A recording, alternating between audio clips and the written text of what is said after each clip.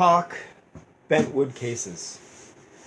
As you guys know, Singer came out with many different cases for their machines, and they all come out in different years and for different makes. So what you see here is a case for a full-size Singer, whereas when you see the case this size, it's for a 3/4 size. Now they look the same. There's when you see them in photos, a lot of time I see these for sale online, and I have to just by the picture. If I just see the image of a case, it doesn't mean I'm going to know what machine is in there or what the year of the machine is, because I've found people switch out machines in these cases quite often. But if you're looking for a full-size machine and you just see a picture of the case, it doesn't mean what you're going to be looking at is a full-size machine. One of the ways I found to tell this case from the other case, obviously, you can see this one does not have a steel plate on the top. Whereas the full-size, one indicator is this steel plate on top. And I'm assuming they did this because the weight of this machine, this handle would just pull through the bentwood. Now, whenever I carry these cases, I never carry them by this handle, ever. I don't care how good the case looks or how strong you think the thing may be. I always carry them by the bottom. I would not trust these cases. Just one, the age. You never know what kind of damage a case has taken over the years. And two, they're pretty heavy machines. So I would hate to have a lock come loose and have the machine fall on my foot. Now, the reason why I'm telling you this is this particular case here, this actual case right here. The machine I got in this case, it was a class 15-91, and the bed on it was broken. So what I'm thinking is that happened to somebody. This machine, the cover came off, the case fell, and it actually broke the bed on the machine. I've never seen a broken bed on any of my Singers, but the one that came in this case had a broken bed. So anyways, this has a different machine in it now. It's still a class 15 and a 1591, but I've put in a better machine. Now I'm going to refurbish this case the best I can. I'm going to try to clean it up and put a layer of shellac on it. I don't like to sand them down and redo them. I sort of like to see the name of the box on there. I do have some that don't say this on there anymore because people have refinished them. But anyways, so that's a 3/4 case. And this is your knee control. If you see them with the hole there, this is the bar that goes with it. Make sure that bar is there with this machine, if you see that hole in there, because there's no foot pedal for this machine. This machine runs off of this bar going into here, like so. Get this down a bit. There you go. So that would be your knee control, and it's bent like that in an arch to go under the table, so you can still be close to your machine and work your controls. But anyway, it doesn't lock in or anything, just slides in with this flat. But you can see this flat is a little bit narrower than the rest of it. And this one's in good shape. Not twisted, not bent. All scratched and chipped from over the years. But that's what it looks like there. So make sure if you see that hole in the front, that this is here. Now this bar on different models goes in differently. I've had some that it goes into the top, some go into the back. So this will be attached with the lid most times. I've never seen this any other way than attached to the lid. So anyways, keep an eye out for that. That's something you want to keep an eye out for. Now, the age of this case and the age of this case are probably close to each other, I would assume. But this case here is an older case. So when I'm looking for a hand crank or early 1900s, even late 1800s machine, this is a good indicator. If you see a case like this, you might have an early machine. So keep that in mind. Don't think just because this decal looks all fancy that this is an old machine, because these do sometimes just say Singer on them as well. This one here, I've had to do some repairs on the decal there, but that's okay. I don't mind. I'm not one to worry about how that looks or anything. So anyways, this is my 1904 model 28, you guys have seen videos on that. And these cases also close differently. As you can see here, this has a little turn piece. It's like a flat turn piece. And that's where the hinge would go, that would go over this, and you would turn this and it's locked. On the opposite end, it has these cleats. So, you see those there? There's the one piece on the case with the circles. And the other piece down here has a slot in it. So, that's my early model Singer with the case. Another thing I'm going to talk to you guys about is how to open these cases. And I see this all the time. People open these cases and they struggle with opening them.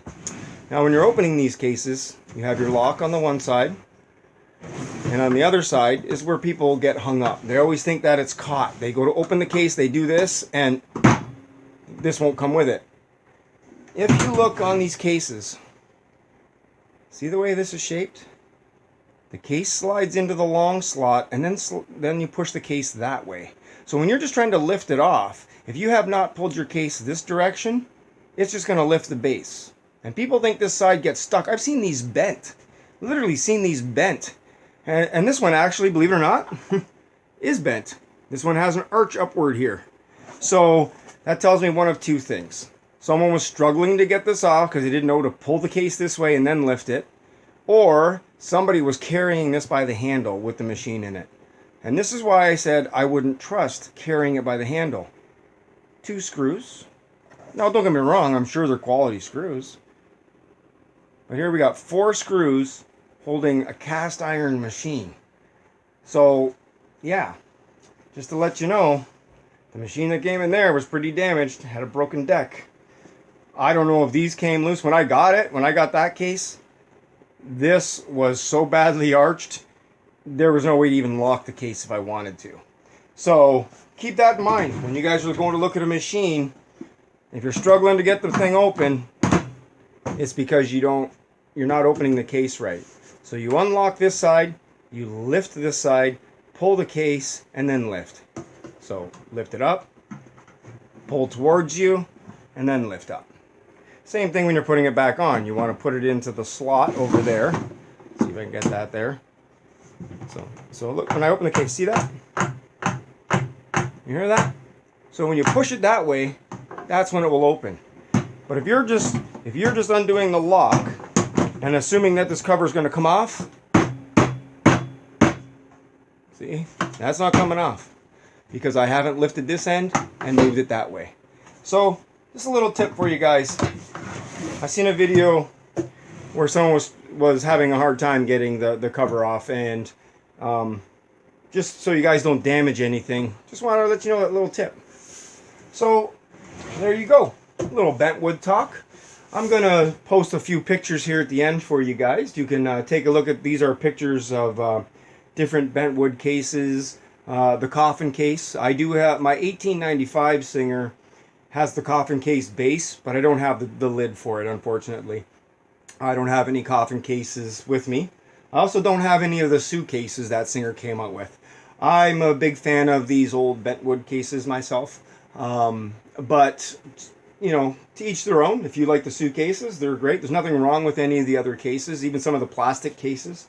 You even have cases that, some Singer cases. Now, this one I'm about to show you isn't a Singer case. But there are ones similar to this. And this style of case just has your traditional lift and latches there. So these ones here, I still carry them the same way. I don't carry them by this handle. That plastic handle up there. I do not carry them by this handle.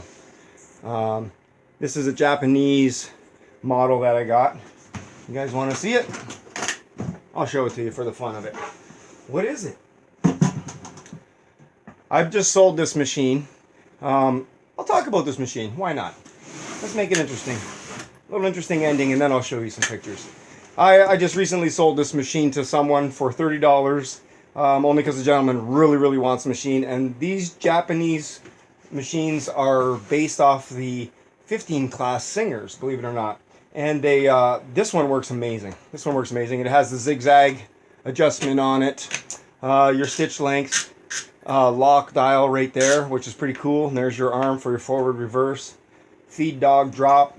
It has a nice cool little light. This little red eye lights up when you turn the light on. This is a really nice machine. The only thing I didn't get with this machine when I got it was it has cams that go in here. And I thought that was cool. That's almost like a little cuckoo clock. I've never seen the cams go into the front of the machine when they have a door. Usually they're drop in from the top, not into the face. And I was really disappointed when I bought this machine that I didn't get the cams with it. Not that I'm a big fan of decorative stitching, but that would have been cool. So anyway, so I thought I'd show you guys. This is an Aero automatic. I don't even know who made this machine, but I'll tell you right now, this thing's so smooth. It is quiet. Got some pretty cool features. Spool drop. Very simple push down turn for your tension. This machine, that's one of the reasons I bought this machine, because I thought it had a lot of cool features. And this is when I was starting to collect Japanese models, is where I was going. I was trying to get a collection of Japanese machines, class 15 machines. And then of course I got the Singer bug. So there's where we are now. But anyways, thank you guys for watching. Stay tuned for more videos. Hope you found this interesting. And I hope this information here at the end will help some of you guys. That way, if you're looking at machines and you see stuff for sale, you could base the date of the machine kind of on the case. Don't just think that it's going to be the right machine in that case. I see them switched out often. But you never know. You might see a coffin case and go there, and sure enough, it's an 1800s machine, early 1900s machine. Might get lucky. Anyways, here's some pictures for you guys. Stay safe. I'll talk to you soon.